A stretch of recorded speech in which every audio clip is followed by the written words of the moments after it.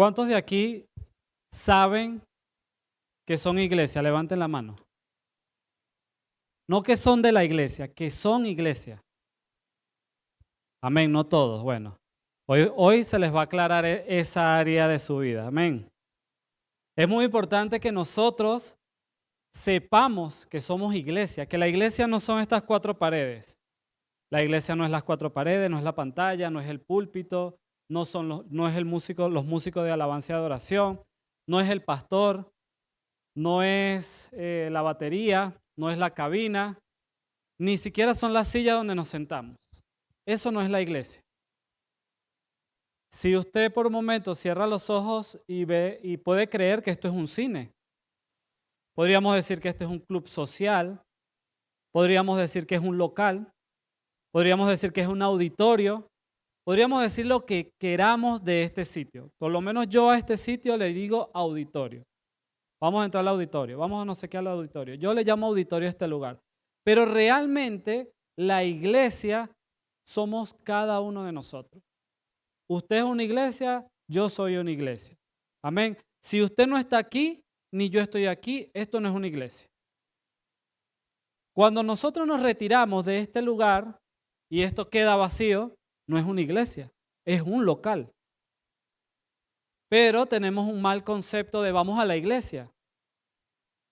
Tenemos un mal concepto de que la iglesia es allá donde dice Nueva Vida, Aranjuez, en el polígono Chacón, o cualquier estructura que usted pase por ahí y vea una iglesia, usted dice eso es una iglesia. No, la iglesia somos nosotros. Así que hoy yo he titulado esta prédica, a ver si sale ahí.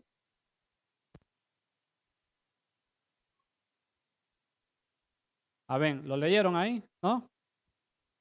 La iglesia que Dios usa comienza en una persona. Dígale a usted mismo, en mí mismo.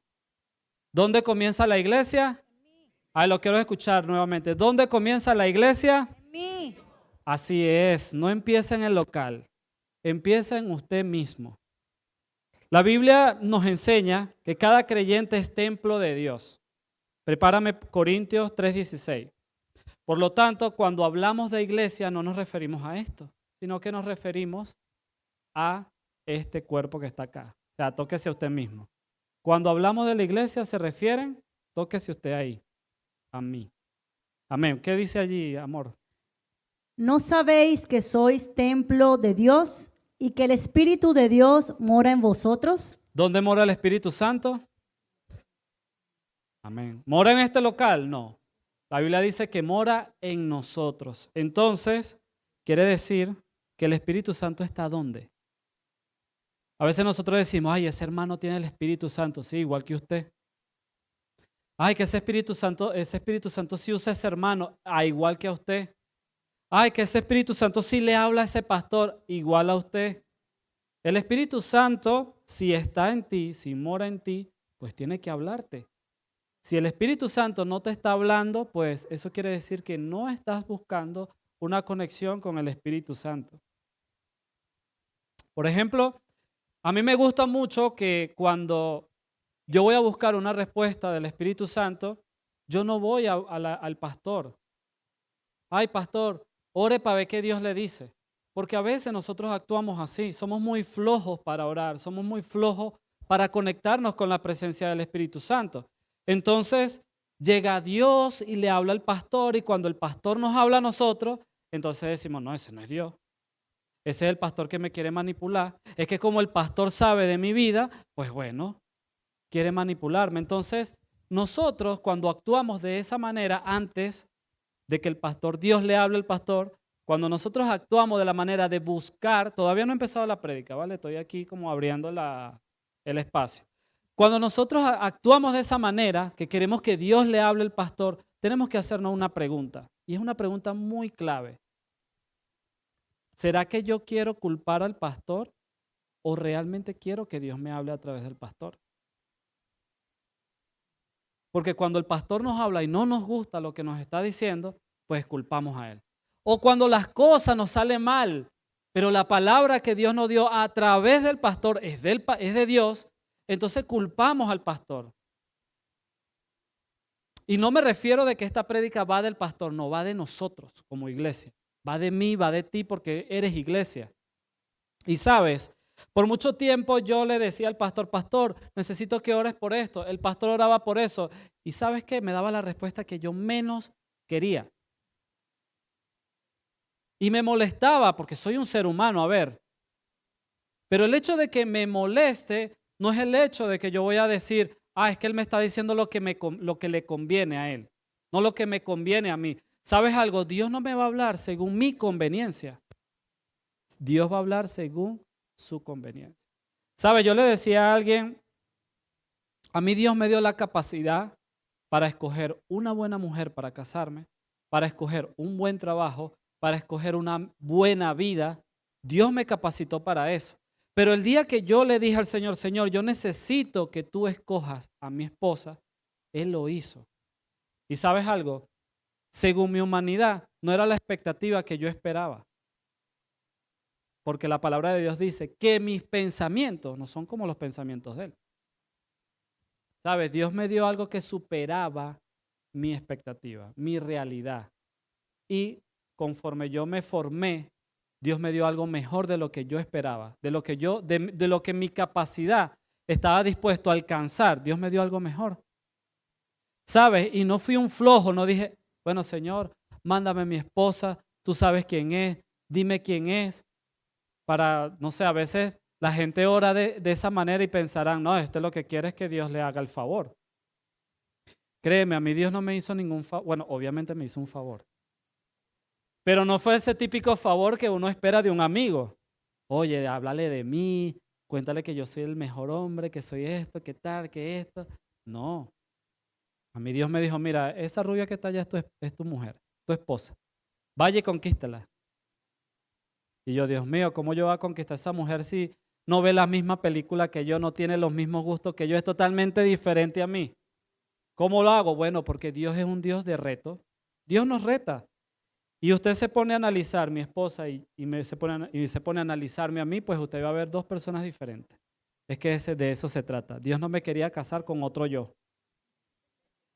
Así de sencillo. Y le doy su gloria. Amén. Dice que esto significa que la iglesia vive en nosotros. Por eso, si el creyente no tiene estabilidad emocional, espiritual, es inestable. Si yo veo humanamente las estructuras de esto, estas estructuras tienen que ser estables, ¿cierto? Porque puede llover y se puede caer, porque puede venir un temblorcito normalito de los normales que hay acá y pues se puede caer. Entonces las estructuras de este local está diseñado para eso, para que aguante lluvia, vientos y temblores. No digo terremotos, ¿vale? Porque terremoto es otra cosa. Digamos temblores. No es normal que en una ciudad haya terremotos siempre. Porque entonces, ¿para qué van a construir esa ciudad ahí? Lo que es normal que haya temblores. Lo que es normal que sucedan esas brisas tan fuertes que hace todos los días acá. Que llevamos unas semanas, un mes con esta brisa que es fastidiosa. Pero este local está diseñado para que cuando nosotros estemos aquí y llueva, no nos mojamos. Y pase una fuerte brisa, no se mueva esto. ¿Usted se imagina estas paredes moviéndose? Salimos corriendo. No vaya a ser que una de estas paredes nos caiga encima. Nosotros vemos que la pared llega hasta ahí, pero es mucho más alta. Así es la vida de nosotros como iglesia. Tenemos que ser una iglesia estable. A ver, yo estoy dando el intro de la prédica, ¿vale? Cuando nosotros tomamos esa estabilidad que nosotros como seres humanos necesitamos ser estables. Y usted tiene que saber en qué momento de su vida usted tiene inestabilidad. ¿Cuál es la pata que le floja en su vida? Que yo soy orgulloso. Ahí está una. Que yo soy mentiroso. Ahí está otra. Que yo soy flojo. Ahí está otra.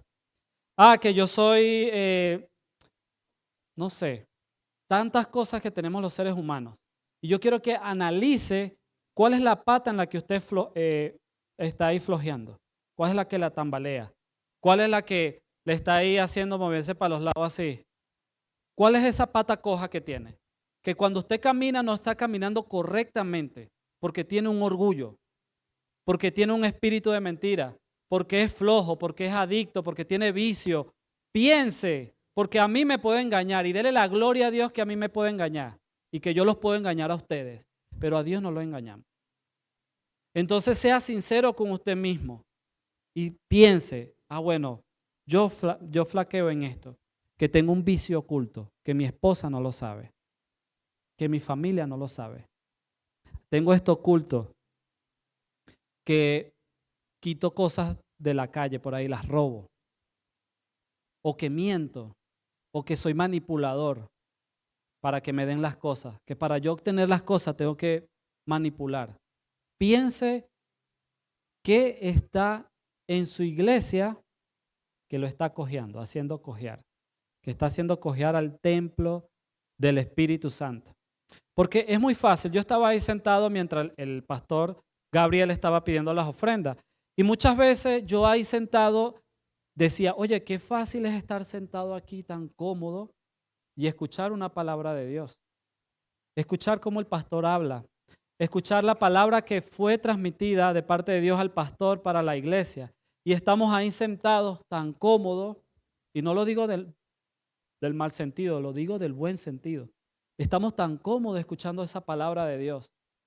Y en nuestra mente estamos teniendo una batalla para que nuestros pensamientos no se vayan de aquí y empecemos a pensar en nuestras necesidades, empecemos a pensar en las cosas de la calle, en las cosas del mundo y nos robe la palabra de Dios. Porque, ¿sabes? El enemigo es experto para eso. Estamos en la iglesia, pero estamos aquí y no estamos escuchando la palabra de Dios. Porque tenemos un compromiso como cuerpo, pero no tenemos un compromiso como espíritu. ¿Sabes por qué? Porque el cuerpo está aquí, pero el espíritu está allá. Tengo que pagar esto, ahora cómo voy a hacer. Hasta pensamos en qué vamos a cocinar ahorita después que lleguemos a la iglesia. Hasta en eso se nos van nuestros pensamientos. Oye, que no me dijeron esto, que tengo que hacer esto en el trabajo, que mi hermana me dijo así, que me trataron así, que mi líder me habló de esta manera, que el pastor, y empezamos a tener esos pensamientos. El enemigo empieza a bombardearnos de pensamientos en todo momento durante toda la predicación. E incluso en la alabanza. Estamos así en la alabanza. Es que yo estoy cantando mentalmente. Está bien, no digo que no. Pero sabes, cuando nosotros queremos practicar algo de rompimiento, nosotros tenemos que exteriorizarlo. Porque si no lo exteriorizamos, yo me imagino las danzarinas aquí. Imagínense las danzarinas aquí bailando, haciendo sus danzas, sus coreografías y todo eso. Y en la mente están pensando en la serie que estaban viendo anoche. ¿Ustedes creen que esas personas van a estar coordinados? En cualquier momento se van a descoordinar. Tienen que tener sus pensamientos en donde están, centrados en donde están.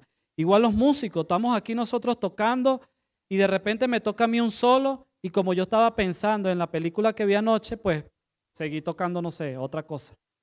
Se nota, la gente lo va a notar.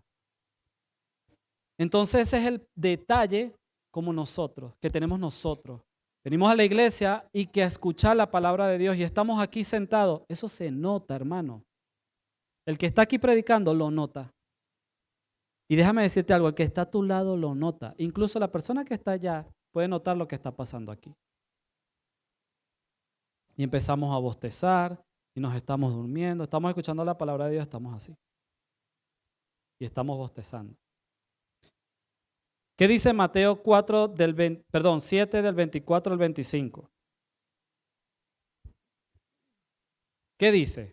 Cualquiera, pues, que me oye estas palabras y las hace, les compararé a un hombre prudente que edificó su casa sobre la roca. Wow. Cualquiera, pues, cualquiera, no está diciendo Jesucristo, el que yo escojo. Dice cualquiera. Es que mira, la palabra de Dios es poderosa, porque no se está refiriendo a alguien, está diciendo cualquiera. Para el bueno, para el malo, para el sinvergüenza, para el que se porta bien, para el que se porta mal, para el que quiere y para el que no quiere. Pero cualquiera que escuche esta palabra, dice Jesucristo, que lo va a comparar ¿con qué? Con un hombre prudente. Y si seguimos, ¿qué dice en el 25? Descendió lluvia y vinieron ríos y soplaron vientos y golpearon contra aquella casa y no cayó porque estaba fundada sobre la roca. Amén. ¿Cuántos de nosotros tenemos problemas? ¿Y cuántos les gustaría que su problema no lo moviera a necesidad? ¿Cuánto les gustaría que su problema no lo moviera a tristeza, a enojo, a amargura, a desobediencia, a falta de perdón, a mentir, a robar, a estafar? ¿A cuántos de nosotros nos gustaría eso? Porque podemos decir, es que yo no soy un ladrón, pero le robamos tiempo a Dios. Es que yo no soy un mentiroso, pero me cuesta buscar la presencia de Dios. Es que yo no soy adúltero. ¿Sabes qué da lástima, hermano? Que lo más fácil para el ser humano es dejar un pecado. Es fácil dejar el pecado. No, eso no es fácil, hermano. Sí, es fácil dejar el pecado. Lo que es difícil, dejar una mala costumbre. Eso sí es difícil. Dejar un mal hábito es difícil. Pero dejar un pecado no es difícil. Porque a veces nosotros lo hacemos porque Dios nos está viendo, Dios nos está mirando. Y a veces nosotros dejamos el pecado por eso. Pero los malos hábitos nos llevan al pecado. ¿Pero por qué volví a pecar? Porque tienes un mal hábito. Y ese mal hábito te lleva al pecado. Decimos, no vamos a adulterar más. Es verdad, no adulteramos más, pero el mal hábito nos lleva al adulterio. No voy a fornicar más, el mal hábito nos lleva a la fornicación. No voy a robar más, los malos hábitos nos llevan a robar. No voy a mentir más, los malos hábitos nos llevan a mentir.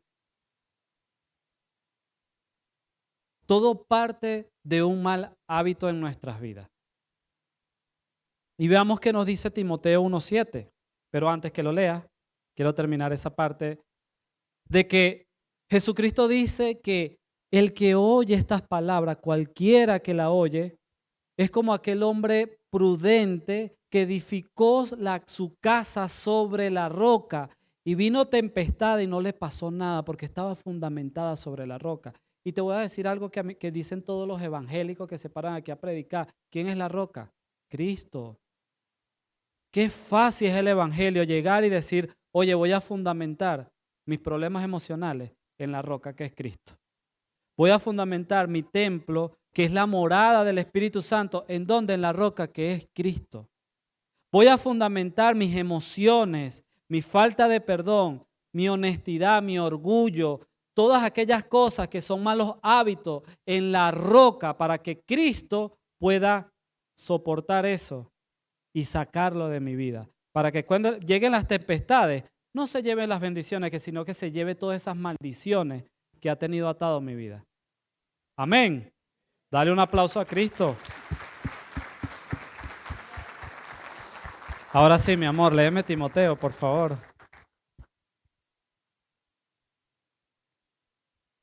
Porque no nos ha dado Dios espíritu de cobardía, sino de poder, de amor y de dominio propio. Wow. Léelo otra vez, mi amor. Por favor. Porque no nos ha dado Dios espíritu de cobardía, sino de poder, de amor y de dominio propio. Amén. ¿Quién ha aceptado a Cristo aquí en esta iglesia? ¿Quiénes han aceptado a Cristo? Levante la mano. ¿Quiénes no tienen a Cristo? Los que no tienen a Cristo, si usted sabe que no tiene a Cristo, pues déjeme decirle que no tiene poder, amor y dominio propio. Porque eso lo da el Espíritu Santo. Eso no lo doy yo, ni se lo va a dar su amigo, ni se lo va a dar su pareja, ni se lo va a dar su psicólogo, ni se lo va a dar un doctor, un médico, se lo va a dar nadie. Se lo va a dar el Espíritu Santo. Amén. ¿Quiere tener amor y dominio propio? Busque del Señor. Así de fácil. ¿Quiere tener poder para dominar sus emociones que tanto les traiciona? Busque al Espíritu Santo. No me busque a mí. Busque al Espíritu Santo porque Él es el que le va a dar a usted el poder, el amor y el dominio propio. Sabes, nosotros como iglesia carecemos de dominio propio. Y eso que tenemos al Espíritu Santo. ¿Por qué? Porque carecemos de eso. No es que carecemos, es que no lo activamos. Está aquí, pero no está activo. Está ahí esperando a que tú apretes el botoncito. Uy, dominio propio. ¡Pum! Apretarlo. Y el dominio propio cuando se activa no quiere decir que ya tú tienes dominio propio. No, el dominio propio se trata de una práctica diaria hasta que Cristo venga. Cuando venga Cristo ya usted se relaja. Ya soltamos la pancita, ¿no? Aquellos que siempre andan con la pancita así apretadita para que no se le salga la barriga así. Y entonces apretamos la pancita para que se nos vea la camisita así bien, bien pegadita, así lisita. Entonces necesitamos que Cristo venga para que nosotros soltemos la barriga y la panza y descansamos ya. El dominio propio hace eso. Es una práctica diaria porque tienes el poder para dominarte a ti mismo. Sabes, a veces nosotros estamos en nuestra casa y de repente una discusión así tontita se volvió una guerra mundial. No sabemos por qué. Oye, era una tontería lo que iba a hablar, lo que iba a decir, y se volvió un campo de batalla y son las 3 de la mañana y todavía mi mujer y yo peleando. Porque no hay dominio propio. Cuando hay dominio propio, nosotros nos abstenemos de decir cosas que después vamos a tener que recoger las aguas. Cuando hay dominio propio, nosotros entendemos, y esto no es para el pastor. Pastor, usted tiene que tener dominio propio, yo. No es para tu líder. Líder, usted tiene que tener dominio propio. No, es para todos nosotros. Todos tenemos ese Espíritu Santo y todos tenemos el poder, el amor y el dominio propio porque eso nos lo dio el Espíritu Santo a cada uno de nosotros y nosotros somos responsables. Tú eres responsable, yo soy responsable de activarlo. Amén. No voy a llegar aquí para que me oren, para que activo el poder del dominio propio. No, hermano, eso no funciona así. Eso es algo que tenemos que activarlo nosotros. El dominio propio habla del control emocional, equilibrio y madurez. Yo no puedo esperar que los demás actúen con madurez. Soy yo el que tengo que actuar con madurez. Yo le digo algo, siempre me digo esto a mí mismo. Cuando una persona, un pastor o un líder, me da un consejo, yo siempre digo esto. O cualquier persona que me dé un consejo, yo siempre digo esto, ¿me beneficia a mí o a él?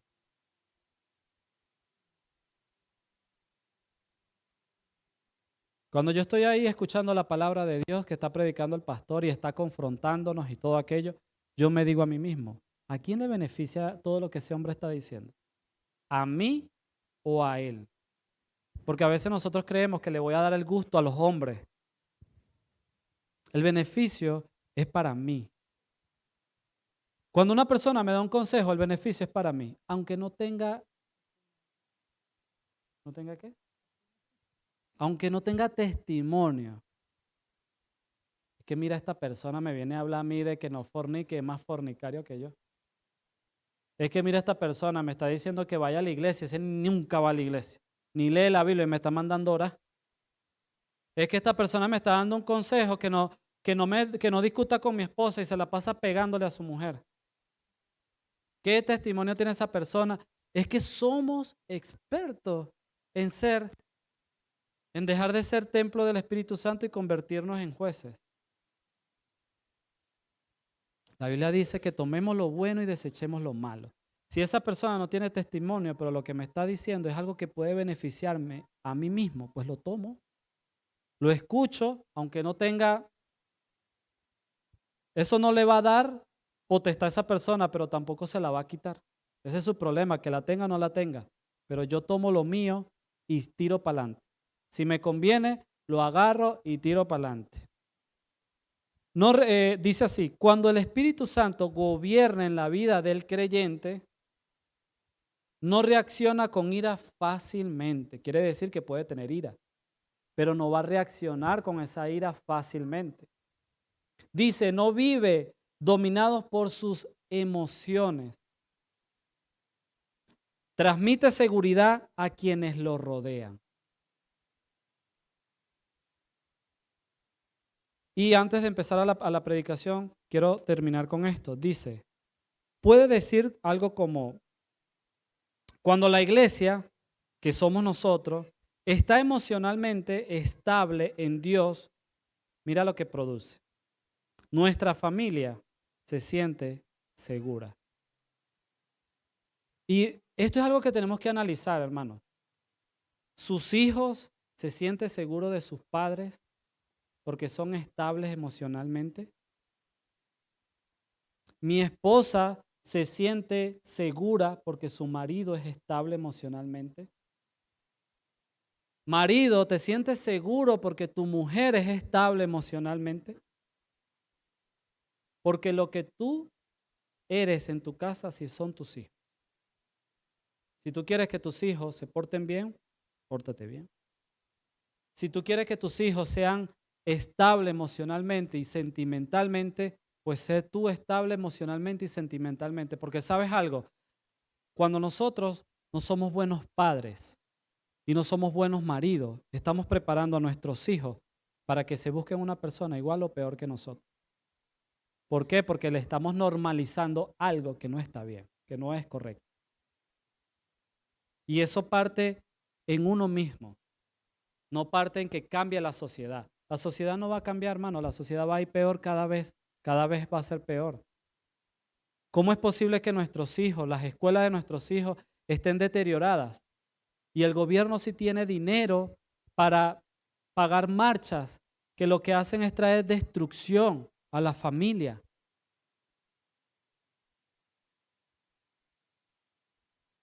¿Qué estamos haciendo nosotros para eso? ¿Será que estamos normalizando nuestra falta de dominio propio, nuestra falta de amor, nuestra falta de poder, nuestra falta de entregar nuestra vida a Cristo y que Él domine nuestras vidas y que Él nos enseñe a tener amor, dominio propio? ¿Será que no le estamos dando la entrada al Espíritu Santo como templo y morada que soy de Él? Porque sencillamente no queremos y estamos esperando que los demás cambien para que nos cambien a nosotros. Está perdiendo su tiempo. Y ahora sí vamos a entrar en la predicación. Quiero que leamos Génesis 41. Vamos a saltar a Génesis.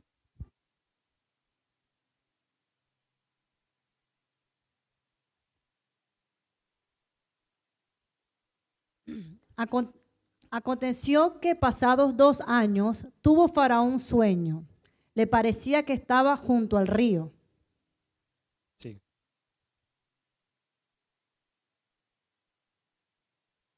y que el río subían 7 vacas hermosas a la vista y muy gordas y pacían en el prado. Y que tras ellas subían del río otras 7 vacas de feo aspecto y enjusta de carne y se pararon cerca de las vacas hermosas a la orilla del río. Siguiente. Y que las vacas de feo aspecto y enjustas de carne devoraban a las 7 vacas hermosas y muy gordas. Y despertó Faraón. Vale, páralo ahí.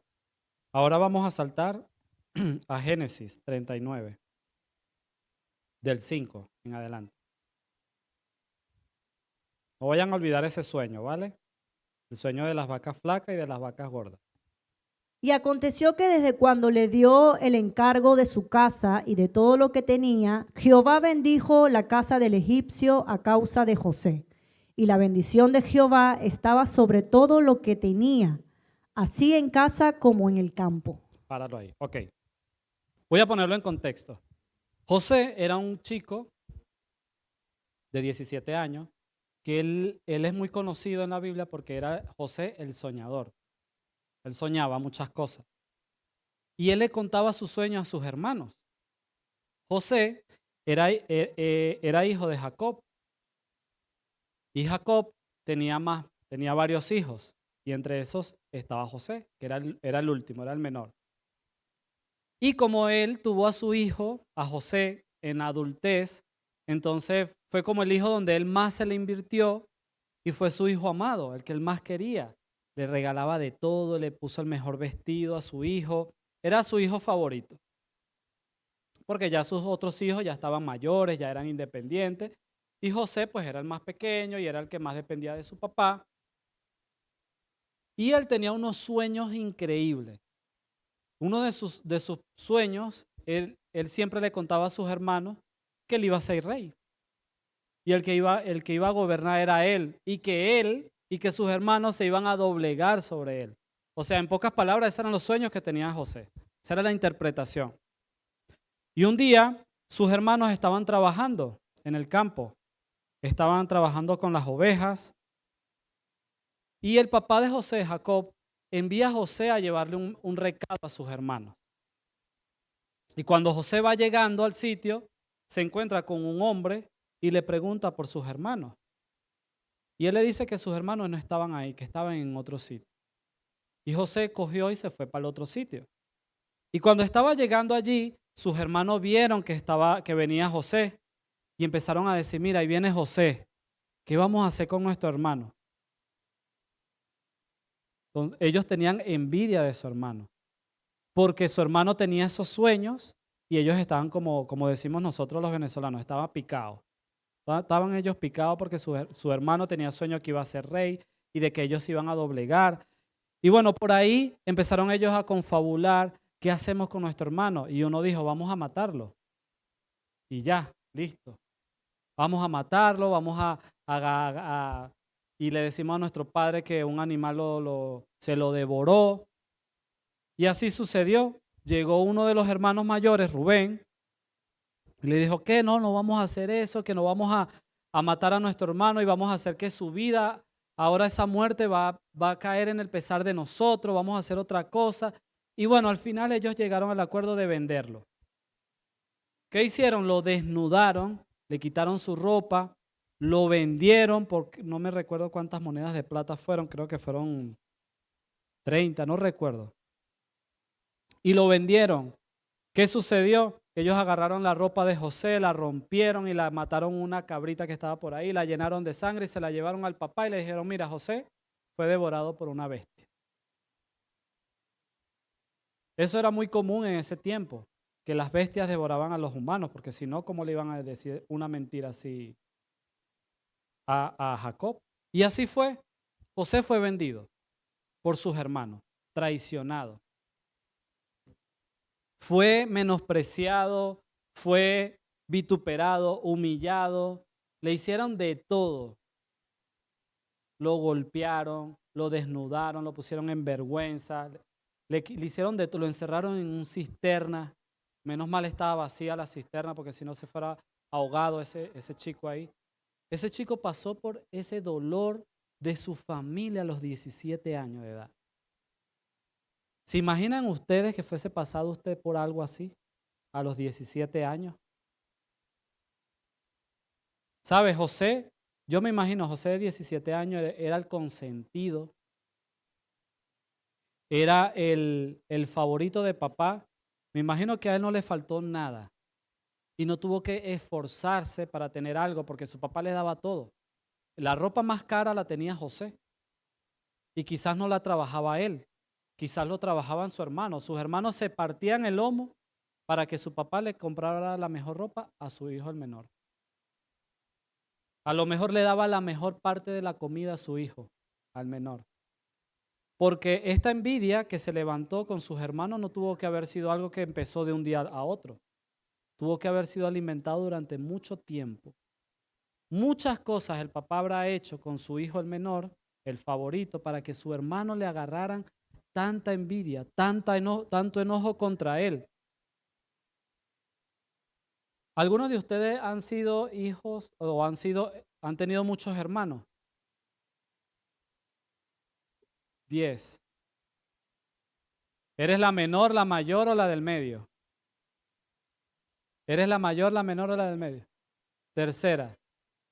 Vale. ¿Sentiste que los otros 7 antes que tú te tenían envidia?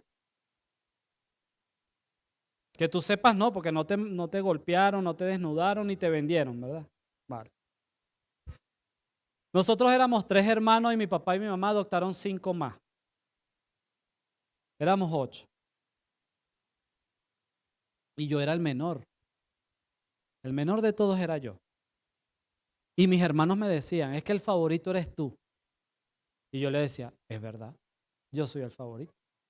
Mi papá me compraba lo que yo le decía. Pero claro, yo nunca le pedí tonterías, no sé, siempre le pedí cosas bien. Pero saben, mis hermanos nunca atentaron contra mí. Nunca me golpearon, no me desnudaron, no me vendieron. Cuando muchos me decían que era adoptado. Hasta ahí. No, es que mi papá y mi mamá te recogieron de la basura. Eso era el bullying que me hacían mis hermanos. Y ya está, pero eso no atentó contra mi vida. Yo lloraba porque era un niñito y lloraba porque, mamá, es verdad. Pero no, era mentira. Pero eso no trajo un trauma a mi vida. Pero quizás lo que acaba de vivir José pudo haber traído un trauma a su vida. Oye, este hombre, este chico fue vendido, fue vituperado por sus hermanos. ¿Cuántos insultos le habrán dado a sus hermanos? ¿Cuántas cosas le habrán hecho sus hermanos? Y cuando este chico llegó a Egipto, o sea, pasó tiempo, un hombre lo compró. Un soldado, mano derecha del rey. Increíble cómo Dios mueve sus piezas y sus cartas tan poderosas. Potifar se llamaba, lo compró. En la casa de Potifar tenían que trabajar personas hermosas, personas de buen cuerpo, de buen parecer, atlético, algo así como yo. ¿Amén o no amén?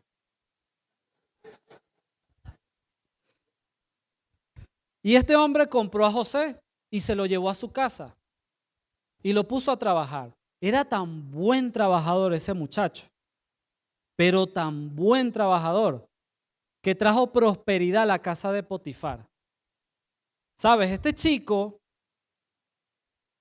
este soñador de 17 años, no renunció al Espíritu Santo. No renunció a lo que realmente él era, a su identidad.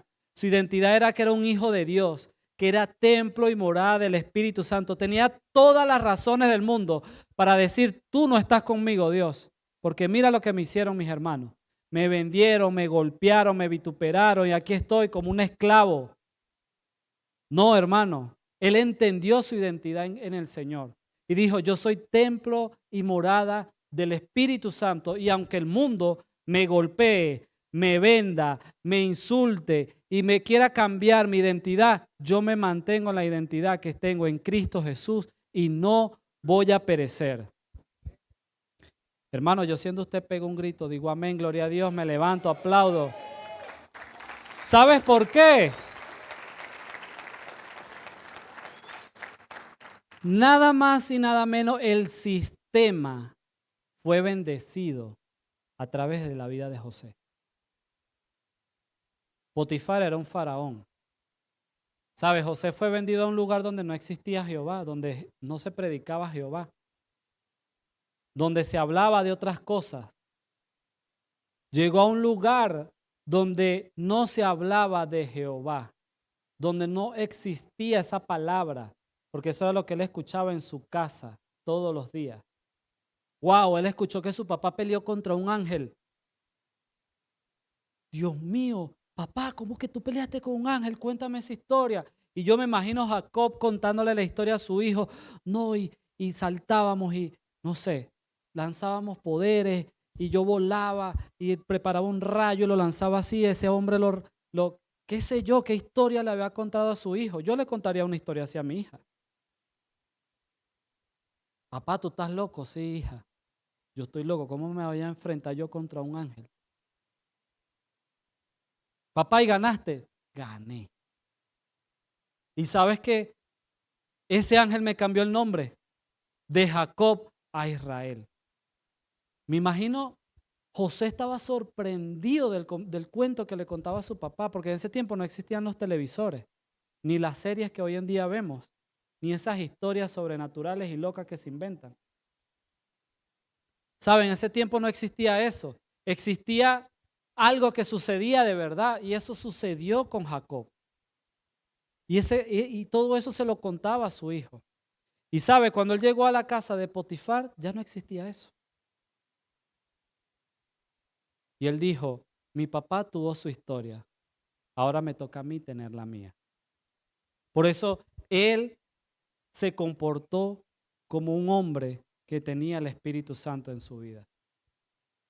Por medio de eso, la casa de Jacob, perdón, la casa de Potifar fue bendecida. Ahí lo dice, a causa de José. Y las bendiciones de Jehová estaban sobre todo lo que tenía, así en casa como en el campo. O sea, no solamente su casa, la casa de Potifar, estamos hablando de la casa de Potifar, no de la casa de José, porque José era un esclavo. José no era Potifar, era el esclavo. Él estaba ahí de esclavo. Así como cuando nos dice el sistema, no, es que en la iglesia te quieren tener de esclavo. Amén, gloria a Dios. Porque a causa de eso, la iglesia va a ser bendecida. A causa de eso, mi casa va a ser bendecida. Porque ese es el problema, hermano. Que nosotros creemos que todo es para la iglesia. Claro que sí, la iglesia eres tú. ¿Quién quiere ser bendecido? ¿Tú o el local? Si tú eres bendecido, el local va a ser bendecido. ¿Sabes? Este Potifar pues entendió y le dio lugar a José. Desde que este esclavo está aquí en mi casa ha sido bendecida. Y no solamente mi casa, sino también mi campo.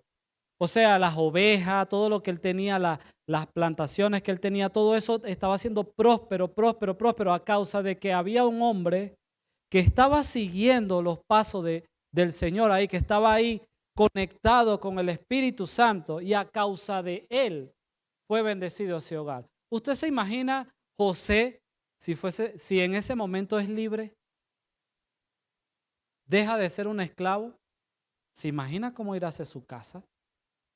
Eso era lo que José estaba esperando, porque él había tenido un sueño. ¿Sabe? Muchas veces nosotros llegamos aquí a la iglesia y el pastor nos da a nosotros una palabra, nos profetizan y nos dice, el Señor te va a llevar a las naciones, el Señor va a hacer algo poderoso en tu casa, tiene propósito en tu matrimonio, tiene propósito en tu vida, te va a usar a ti, joven, y va a hacer que a través de ti muchos jóvenes busquen de Dios, va a hacer que a través de ti, hombre o mujer, sean restaurados hogares. ¿Cuántas palabras Dios le ha dicho a cada uno de ustedes así? ¿Cuántos han recibido una palabra de parte de Dios? Muchos las hemos recibido y estamos ahí esperando que se cumpla.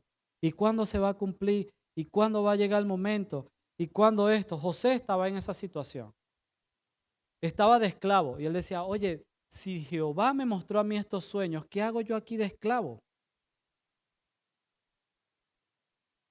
Lo más lógico es que desde la comodidad de su casa, él llegara a hacer lo que ya el Señor le había mostrado. Pero no era así, porque los pensamientos de nuestro Señor no son como nuestros pensamientos. Y nosotros como iglesia tenemos que entender que nosotros somos un José. Nosotros somos un José. Si el Espíritu Santo está en mí, donde yo vaya y donde yo esté, ese lugar tiene que ser bendecido. ¿Por qué? Porque el Espíritu Santo está en mi vida. Y si no nos los creemos, no va a suceder nada de eso. José tenía, por eso le dije, José tenía las razones necesarias y le sobraban las razones para él decir que injustamente la vida lo estaba tratando mal. ¿Y por qué tú, Jehová, has permitido esto? Hermano, nosotros nos botan del trabajo y ya para nosotros se acabó nuestro mundo. Y ya eso es una maldición para nosotros. Nosotros tenemos un pequeño problemita en la iglesia y ya para nosotros esa es la maldición de la perla negra. Y ya empezamos a destruir todo lo que el Señor ha hecho en nosotros sencillamente por una pruebita. ¿Tú te imaginas que venga el gobierno y te venda a ti en otro país para que tú seas esclavo? Que te vendan allá en África para que seas un esclavo de por allá. O de esos países tan duros que es predicar el evangelio y que no puedes nombrar a Cristo porque inmediatamente pasas a mejor vida.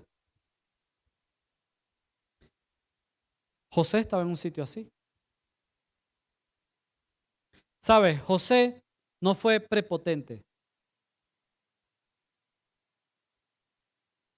Pero si yo, que soy el hijo de Jacob, el hombre que peleó contra un ángel, el que venció a un ángel de Dios y de paso le cambió su nombre y le puso nombre Israel, donde hay una promesa que Israel va a ser el próximo reino. ¿Cómo yo voy a estar aquí de esclavo, siendo humillado por ese Potifar y su mujer? La Biblia no habla de eso. Y déjame decirte algo, la Biblia no se salta detalles. No se salta detalles. Que a lo mejor lo pensó, sí lo pensaría, porque es un ser humano y tiene debilidades. Pero en medio de eso José se levantó y dijo, no, yo tengo que creerme lo que soy. Y ese es el detalle, que no nos creemos lo que somos. Convertimos el evangelio en una religión. Y le echamos la culpa a los líderes y a los pastores. Que ellos son unos religiosos. No, el religioso somos nosotros. Porque no estamos tomando nuestro lugar. Tome su lugar, hermano, practíquelo. Deje de dormirse en la iglesia. Deje de bostezar en la iglesia. Deje de dar mal testimonio en su casa, en su trabajo, en su vida diaria. Deja eso. Despójate de eso. Y empieza a aceptar lo que tienes en ti. Tienes el Espíritu Santo. Está para que otras vidas se glorifiquen a través de ti. Está para que otros sean bendecidos a través de ti. Y sabes algo, las bendiciones de otros es la victoria para ti.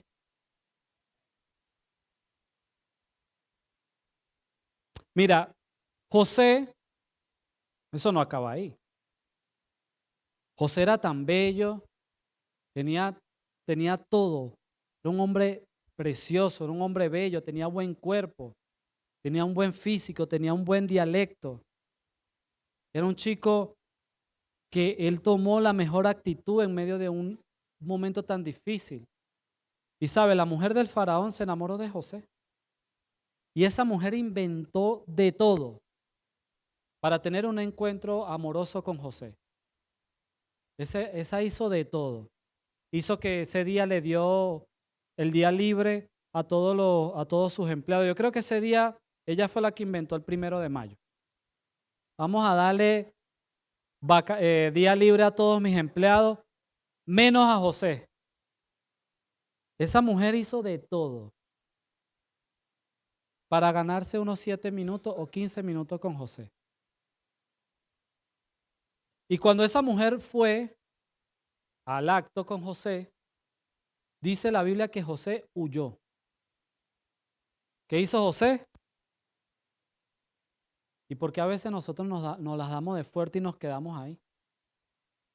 Y que no, yo le echo una reprendida y se va. No, esto no puede conmigo, esto no va a poder conmigo. Hay momentos en nuestras vidas donde nosotros tenemos que huir. Agarre sus pies y pegue una carrera. Salga corriendo. Porque en el momento donde usted es débil, es mejor salir corriendo. No se enfrente a algo en lo que usted es débil. Si usted sabe que va a ir para ese lugar y va a mentir, es mejor que se regrese. No, yo mejor me voy antes de decir una mentira. Si usted sabe que ese lugar que usted va a ir está preparado para que usted cometa un error, regrésese. Es mejor que desde allá le griten cobarde, antes que usted pierda algo valioso por demostrar que usted es un hombre valiente. José huyó y ¿qué hizo la mujer? Le arrancó su ropa y fue y le dijo a su marido, a Potifar, nada más y nada menos al general, mano derecha del rey. Este hombre intentó violarme. ¿Sabe? Ahora pasó de ser esclavo a la horca, porque ese era un pecado de muerte, una traición de muerte. Y la mujer le pidió la cabeza de José al faraón. Le dijo, yo quiero que me des la cabeza de José. En pocas palabras, que le estaba diciendo que lo matara. Imagínate José escuchando eso y él decía, Dios mío, pero ¿qué está pasando? Me mostraste un sueño de que iba a ser rey, de que iba a ser un faraón. Y en medio de todo eso mis hermanos me vendieron. Y después que me vendieron me metiste de esclavo a una casa.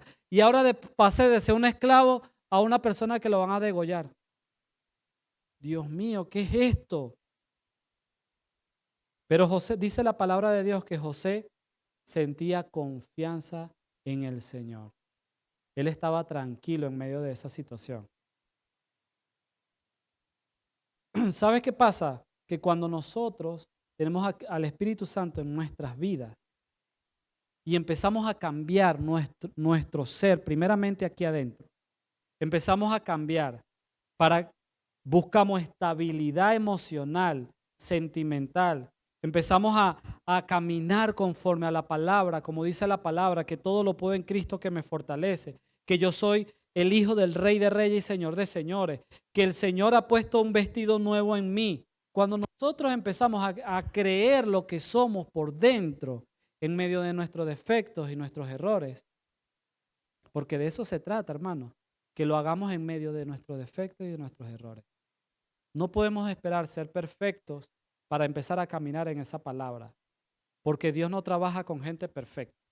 Olvídese, si usted está esperando que ser perfecto para que Dios trabaje con usted, ahí se va a quedar sentado, porque nunca va a ser perfecto. Dios no vino por los perfectos, vino por los imperfectos. Y si usted es un imperfecto, déle la gloria a Dios, porque es a usted el que va a usar el Señor. Amén.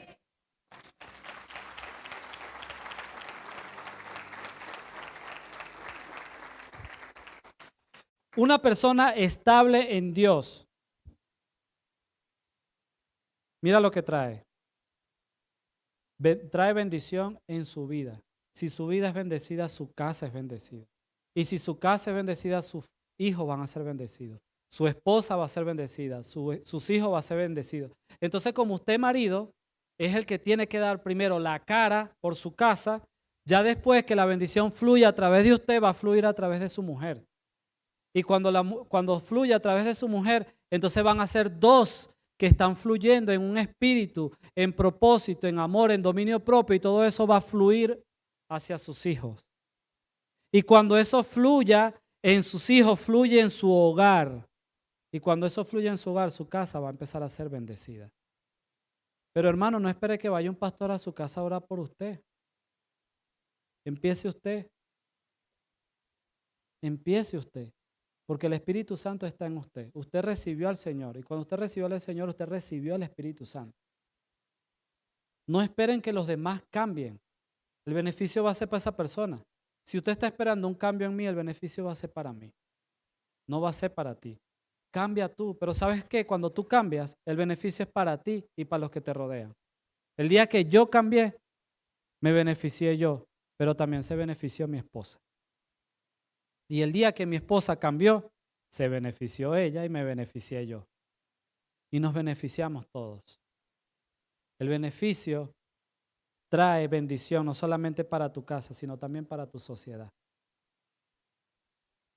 Mira, José, fue tanto lo que estaba sucediendo ahí que iban a llevar a José a la horca. O sea, le iban a dar la cabeza a la mujer de Potifar de José. Que Potifar dijo no. Puso en duda. Imagínate, qué poderoso es cuando nosotros damos testimonio. Qué poderoso es cuando tú das testimonio en tu trabajo, cuando tú das testimonio en tu casa, cuando tú das testimonio en tu sociedad, que se puede levantar el sistema, se pueden levantar las malas palabras, la murmuración, la crítica, la envidia de otros. Y sabes que el primero que te va a defender va a ser tu jefe en tu trabajo. El primero que defendió a José fue Faraón. Puso en duda lo que su mujer dijo. Y sabes, para el Faraón mantener su postura, dijo, no lo vamos a matar. Vamos a encarcelarlo. Vamos a meterlo preso. Y metieron preso a José. Bueno, José, te libraron de la muerte, pero ahora te vas a la cárcel. Y saben, en ese tiempo iban a la cárcel y por eso era de por vida. Porque sí, te perdonamos la vida, pero vas a ir a la cárcel y ahí te vas a quedar hasta que te mueras. Porque fue grave lo que él hizo. Y allí José preso, ahí más tuvo que haber pensado. Ahora, ¿cómo yo voy a ser rey? Si mira todo lo que tengo atrás, mi expediente, esclavo, vendido, ahora una falsa acusación y preso. ¿Qué voy a poder ser yo rey si tengo todo este historial en mi vida? Eso lo pudo haber pensado José. Pero José en medio de su cárcel dijo, no, yo me mantengo lo que soy. Si soy templo y morada del Espíritu Santo, pues me mantengo así y seguiré dando testimonio. Fue tanto así que le confiaron las llaves de la cárcel a ese hombre. Qué loco, ¿no? El tipo preso, mira, te dejamos las llaves ahí de la cárcel. Estás a cargo tú mientras todos los soldados van a dormir, a descansar. Tú estás a cargo aquí. Él pudo llegar, agarrar su llavecita, salirse, ay, me voy para un barcito por allá, tomarme algo. Voy a visitar a esta chamita que la vi que me gustó. Pudo haber hecho su vida social, pero ese hombre no se atrevió a salir de ahí. Wow. Ese hombre no se atrevió a hacer algo en contra de la voluntad de Dios, porque él sabía que si estaba ahí era por la voluntad de Dios. ¿Qué sucedió en esa cárcel? Sucedieron muchas cosas, pero para hacer el cuento corto, si quieres saber de ese cuento, lea la palabra, está ahí en Génesis, a partir del 35, léalo. Ahí está toda la historia. ¿Sabes? En medio de todo eso, José estaba allí y de repente el faraón tuvo un sueño. Muchacho, esa era la oportunidad de ese hombre. El faraón tuvo un sueño y el faraón tenía brujos, tenía espiritistas, ese tenía de todo para que pudieran descifrar ese sueño que había tenido el faraón. Y él habló con toda esa gente. Y cuando todos ellos iban y le contaban lo que ellos discernían del sueño, el faraón decía, no, esto no va por ahí. Esto no va por ahí. Había una inquietud en el faraón. No, eso no va por ahí. Eso no va por ahí. Y el faraón estaba así inquieto. Oye, ¿qué puedo hacer? ¿Qué puedo hacer? Pues resulta que antes de eso habían metido a preso al copero y al panadero del faraón. Ellos dos estaban presos y estaban compartiendo la cárcel con José. Y José no sabía.